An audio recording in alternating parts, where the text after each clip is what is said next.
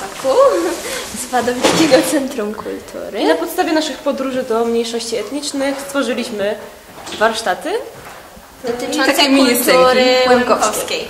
Tak. Na każdym stanowisku będziemy można się dowiedzieć czegoś o tych mniejszościach, o tej kulturze Łemków.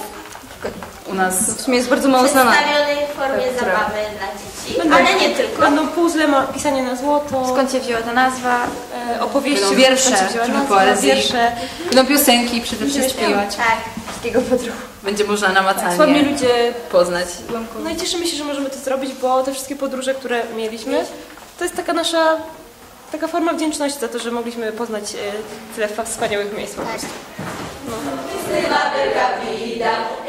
Idu, nie znam gady, ej, duje witernania wsiady, ej, duje wszelejaky, ej, bo daj nigdy był taki, ej, duje wszelejaky, ej, bo daj nigdy był taki, jak się kichał bez odchota, ej, bo za ksiami rozterkotał, ej, zbieraj myła koleseczka, ej, budesz moja frajereczka, ej, zbieraj myła koleseczka, ej, budesz moja frajereczka, dam mi nagle przyzwolenia, ej, żeby piszą na szkolinia, ej, wyszkoliły menę w uściu, ej, żadnych dniu ci nie propuszczu, ej, wyszkoliły menę w uściu, ej, żadnych dniu ci nie propuszczu. Edu.